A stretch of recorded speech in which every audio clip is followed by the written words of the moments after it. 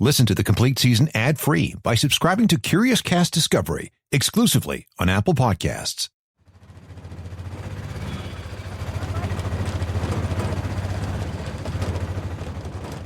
It's 1997 and Taj Khyber Roland is in a motorised rickshaw in E-Road in Tamil Nadu. He's perched forward in his seat on high alert, scouring the town, looking for something, anything, that might tell him he's home. He passes the river, but the women pounding clothes with stones at the water's edge look exotic and alien to him. He passes the park, where a few ragged children straggling by the gates turn away as he drives past, shielding their eyes from the grit of the road. He passes a teeming bus station, but the chaos of the place repels him. This can't be where Chellamuthu played. No child would choose to come here. The smell of sweat and body odor, the heat. Just how many miles have he and his friend Chris covered today?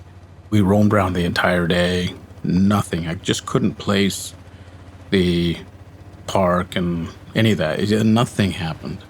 They've questioned so many people, many of whom refuse to answer until a few rupees have changed hands. People wanted money. People were expecting money from us. Even for me to ask them something, to get something out, they were expecting money.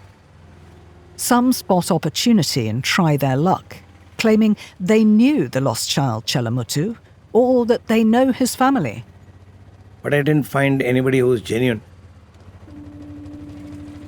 From the rickshaw, Taj continually studies passers-by, searching their faces for a trace of his family, a trace of himself in their features. In my mind, any one of these people could be my relative. And every so often, he sees his own longing reflected back at him. Because Chellamuthu's not the only child to have disappeared from this place. What I did learn in a very short period of time is that there were a lot of children that went missing. On the streets of E-Road, desperate people clutch at him, stare into his face, wishing Taj to be their lost son. But he's not theirs. There's a lot of children that are kidnapped or go missing in India. In fact, a child goes missing every 8 minutes in India. That means every year, something like 70,000 children simply disappear and never return. But Chellamuthu has returned. The question is, will anyone still be there, waiting for him?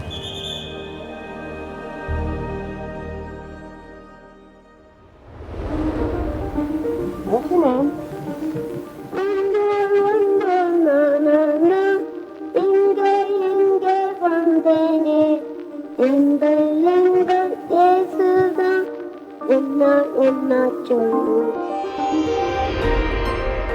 From Curious Cast and Blanchard House, this is Stop Rewind, The Lost Boy.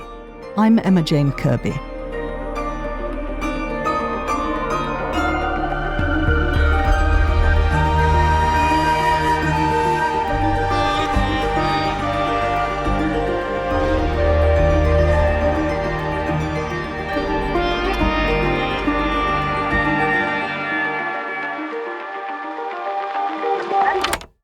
Episode 7. Show Me the Right Path.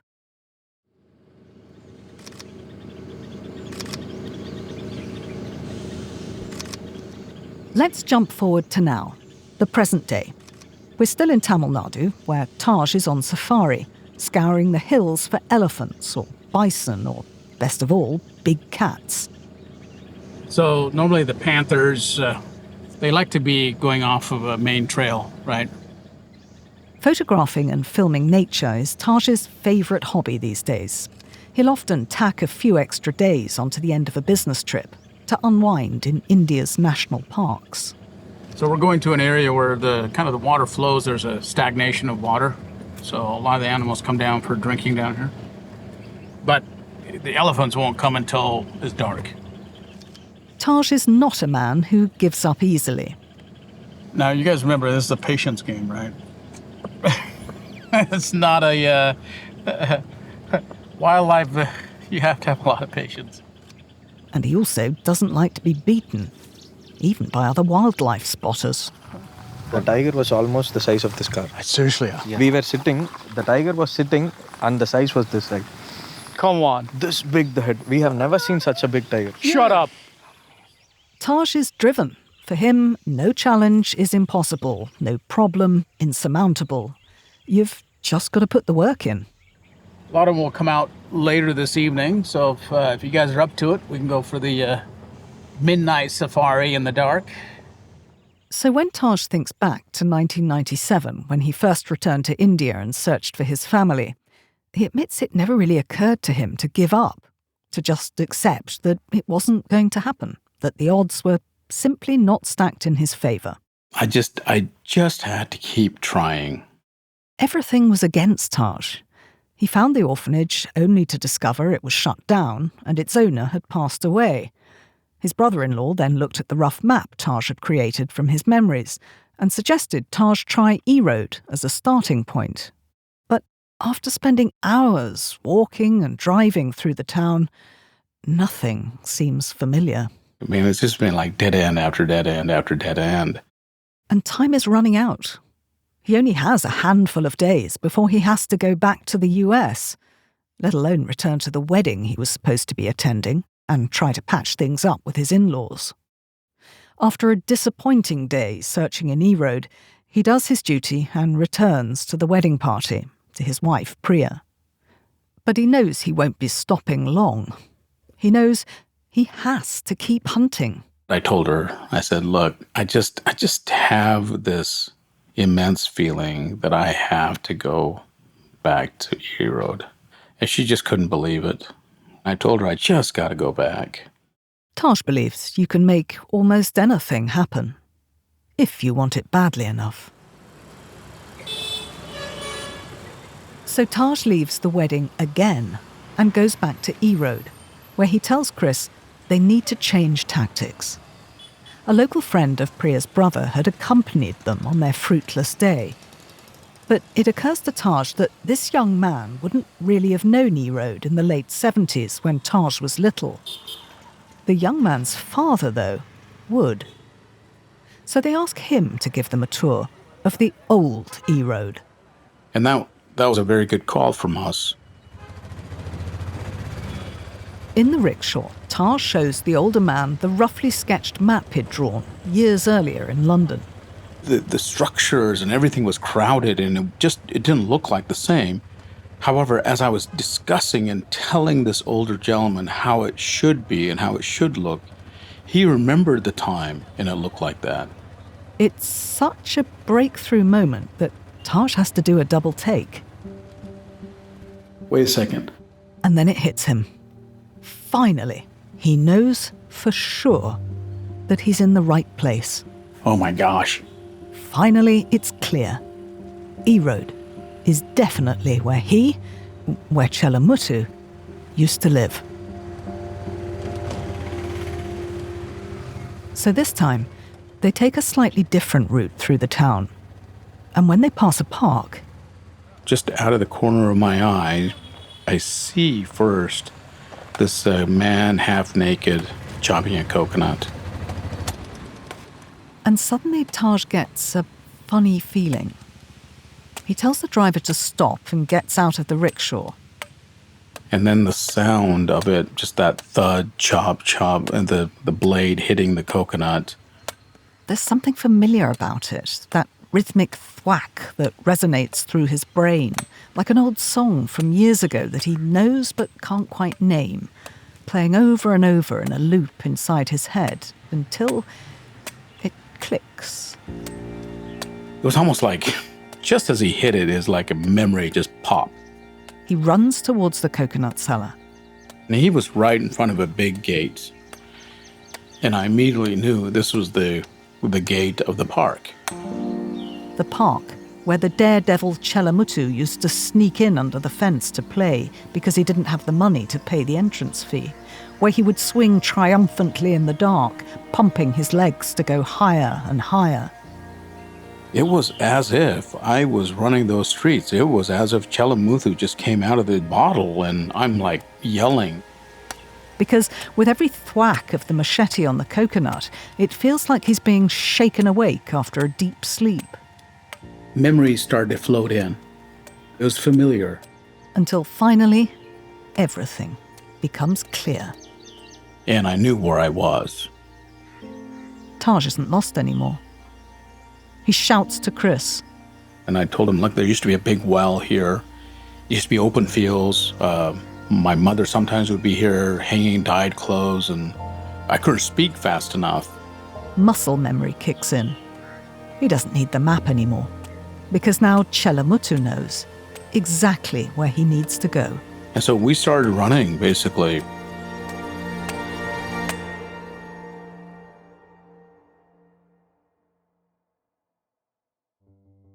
It's like he's 7 years old again. 7 years old and running as fast as he can, running backwards through time. He runs past a noisy grain factory where the workers twist round to gawk at this grown man in American jeans and a sweat-soaked t-shirt racing like a child. He sprints past the man selling tea to the factory workers, nearly sending him flying in his hurry. And when he comes to a single-story white house, he slams on the brakes.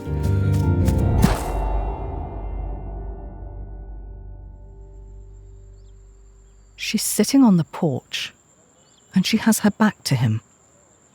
Her hair as white now as her cotton sari.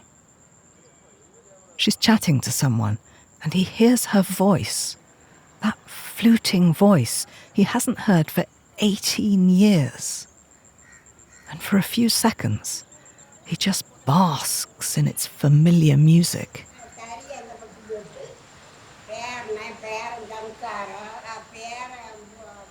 Just that high-pitched voice that's so unmistakable. He knows her immediately. It's like he's never been away. And there just isn't anybody like Papati. Papadi, his family's old landlady, whose cattle he rode through the fields of E-Road, who gave him sweets and let him dance at her daughter's wedding, who loved all the neighborhood children, but whose favorite was the cheeky Chellamuthu. And this woman was just amazing. All the memories of her kindness and goodness. And Papadi? Chellamuthu, Chellamuthu. The minute Taj runs through that door with Chris, Papadi knows her Chellamuthu has come home. Of course, I saw his face and I knew it was Chellamuthu. Maybe I couldn't recognize his body because, of course, he's grown, but I knew his face and I knew that was my Chellamuthu. I knew it was him. And although Taj can no longer speak Tamil and Papadi doesn't speak English, for those first few minutes, Chris doesn't really need to translate for them. I mean, when I saw Papati and just talking to her, I can't explain to you the emotions. My heart just kind of bled tears. It was just incredible to feel that there was somebody that actually missed me as much as I missed them. And it's not Taj, the all-American high school president, budding businessman, she's missed. Chellamuthu, Chellamuthu. She's missed a barefoot, scabby-kneed little boy who scavenged in bins and who taught himself to run backwards. Chellamuthu. And in those first few seconds of hearing Papadi lovingly repeat his old name over and over, Taj and Chellamuthu begin to fuse. They become one again. Somebody finally acknowledged that I existed. They knew Chellamuthu. They knew who I was. Oh, my goodness. She gives him water and sweets, just as she always had.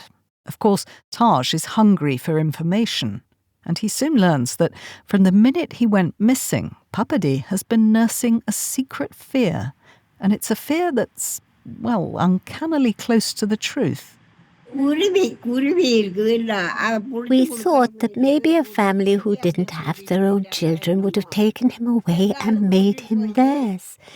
And because he was so young, he didn't really understand the whole concept of mother and father.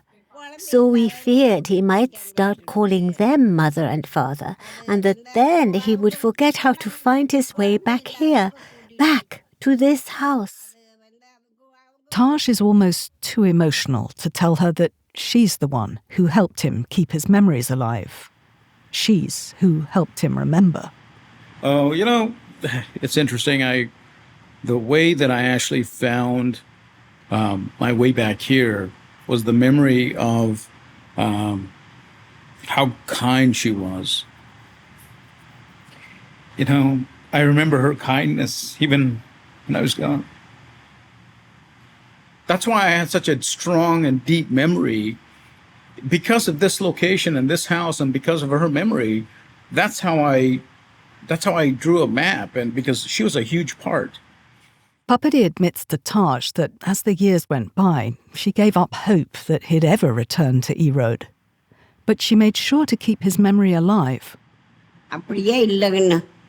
In my heart of hearts, I didn't believe he would return because it had been so long. But we would all talk about him. Often, just casually in a conversation, I'd say, "Oh, if only Chellamuthu were here. When will he come back?" Taj hears his own pain and longing echoed back to him in Papadi's words. And he soon understands she's not the only one in the neighbourhood who ached for him. The boys he'd played with hunted for him across the streets of Erode, while their parents and big brothers organised search parties far and wide, all desperate to bring Chellamuthu back home. Oh my gosh. The emotional connection. I craved it. Because Chellamuthu wasn't just part of their community. He was part of them.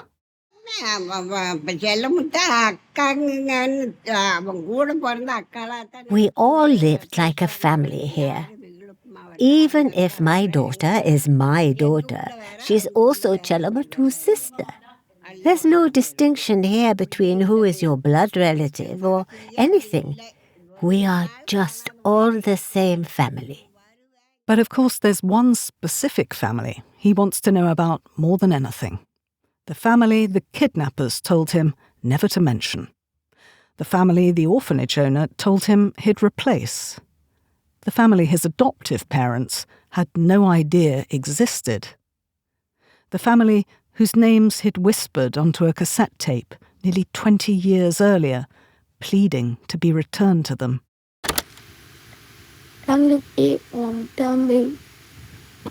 His birth family, his mother Arai, his big brother Selvarej, and his little brother and sister. They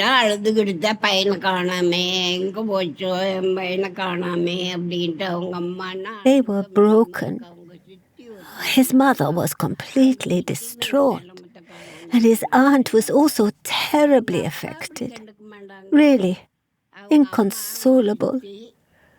The mother would go door to door, asking if anyone had seen her son. Then she would come here to me, totally heartbroken, and we would cry together. No one knew what to do. But Taj knows exactly what he's going to do. He doesn't need directions to find the mud hut. He's been dreaming of home for so many years that he could run there backwards with his eyes closed. He stands up and tells Chris they're leaving. But as he goes to thank Papadi, she puts her hand on his arm and shakes her head. She said they moved out 10, 15 years ago, and she doesn't know where they went or anything of that nature.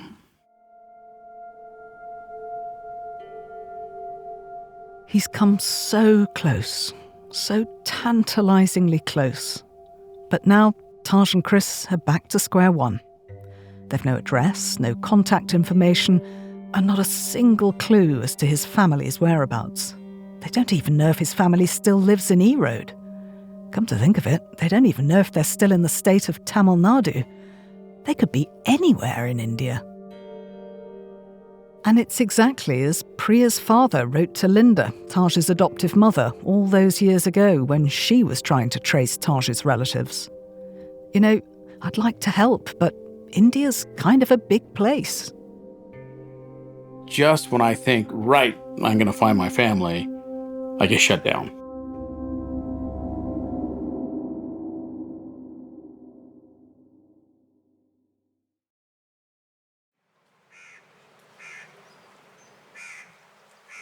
Taj's quest to find his family has lasted nearly 20 years. And now his luck's run out. He was broken down like anything. Chris sees Taj is utterly shattered, and he can say nothing to comfort him. He's completely dejected. You know the disappointment, how it hits you, and that is a big disappointment. So again, we went back to square one. Back to square one. And Chris feels kind of responsible.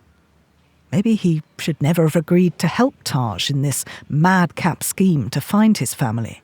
Maybe he should have insisted they just stick to business.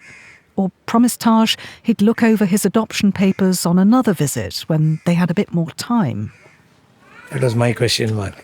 That was very sad. But Chris knows Taj won't want his sadness or his pity. He wants ideas. He wants solutions. He's the man who has all his instinct. He says, come on, let's do. He's always a self-motivated. So he motivates himself and he hates people with him who are negative. And so after a few frustrated tears, Taj pulls himself together and begins to think. So Papadi doesn't know anything about his parents or about where they went, but might she have heard something about his siblings? His big brother Silverage was 3 years older than him, so he'd be 28, maybe 29, even 30 by now.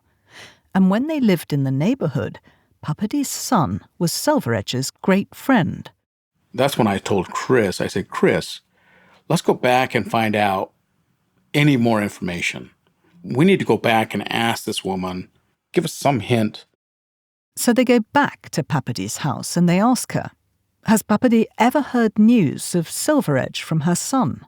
And that's when we went back and she said, oh yeah, I think he started a bleaching factory. A bleaching factory. A bleaching factory in E Road. So we got in a rickshaw and we started hit bleaching factory after bleaching factory. Because the thing is, E Road is actually known as the bleaching capital of India. And that means there are hundreds of factories. So finding Silveredge's factory is a bit like looking for a needle in a haystack. So that led to another bleaching factory. That led to another bleaching factory. And then it comes to Taj.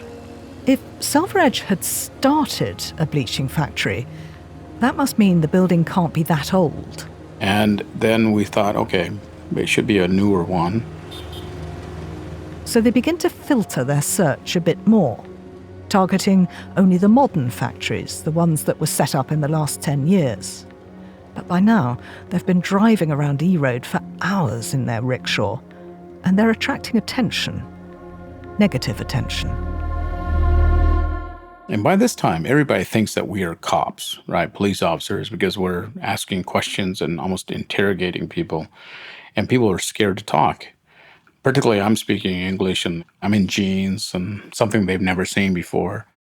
Chris warns Taj that if they push too hard, everyone will clam up in fear, or will deliberately give false information to send them away.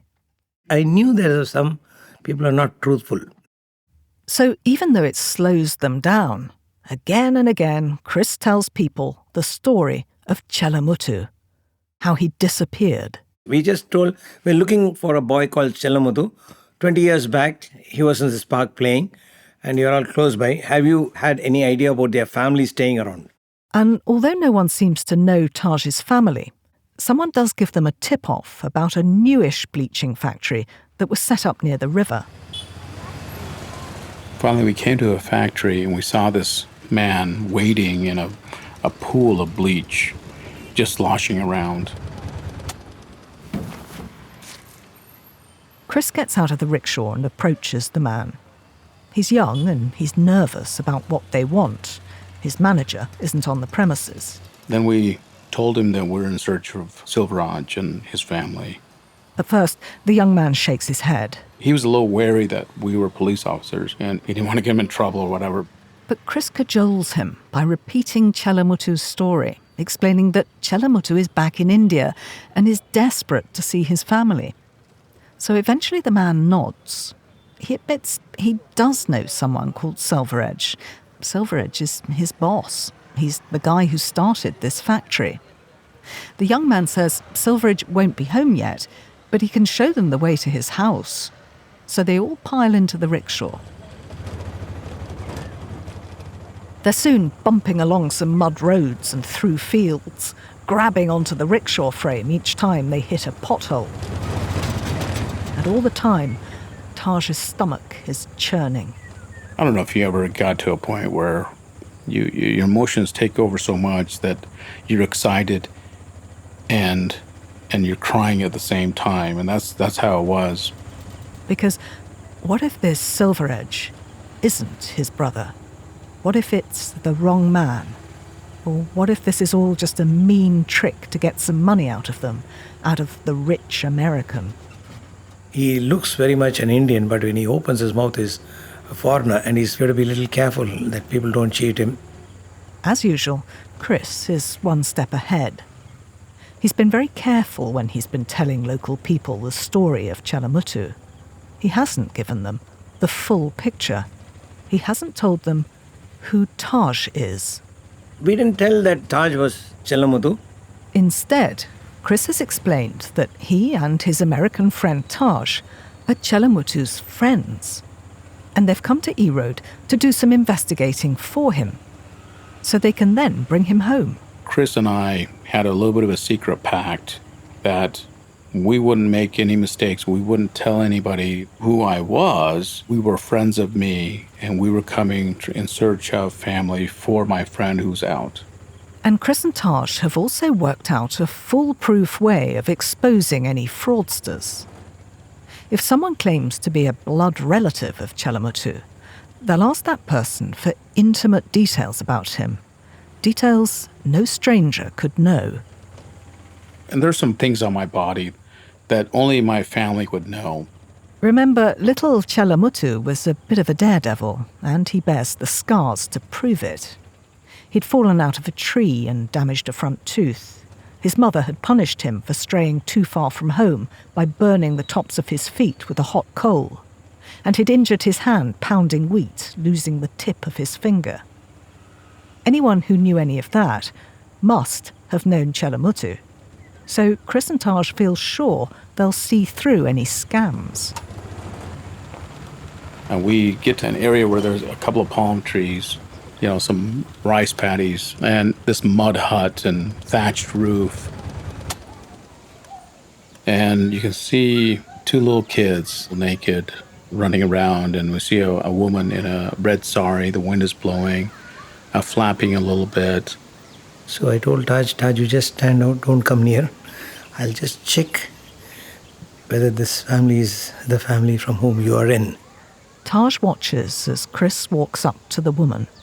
As we pulled up, I stood near the rickshaw, and the rest of the group, including Chris, went and approached this young lady.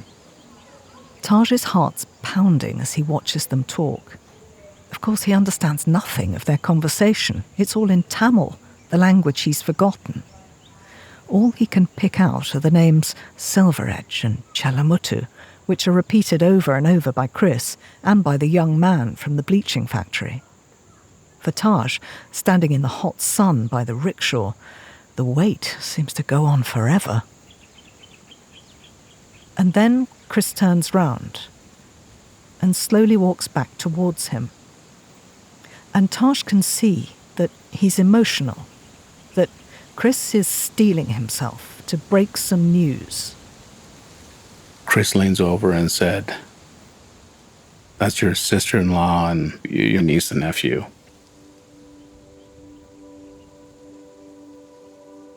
The woman has not only confirmed she's Silveraj's wife, she's also said that her husband used to have a brother. a little brother who disappeared from E Road when he was about 7.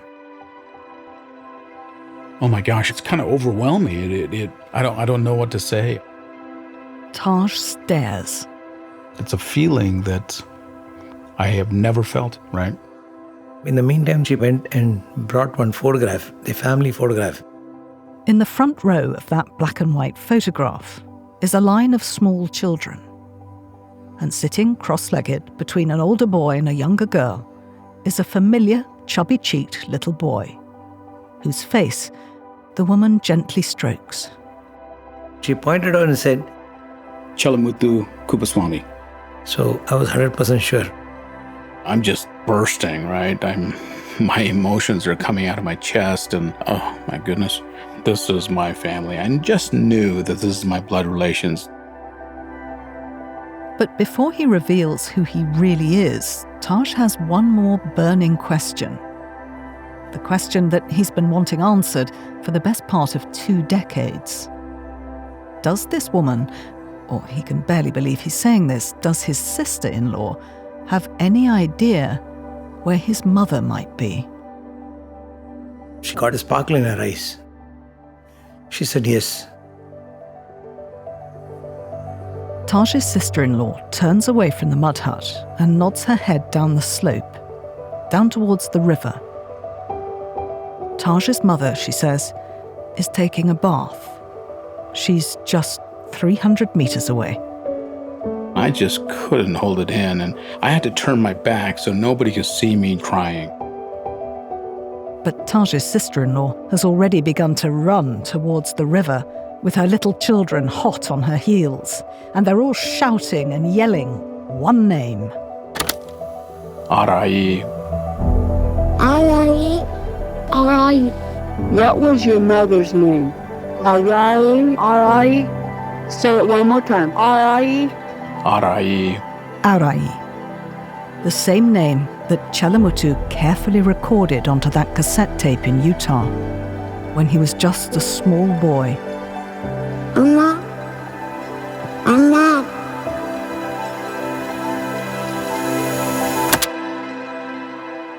Nearly 20 years after he laid that clue, has Chellamuthu finally found his mother.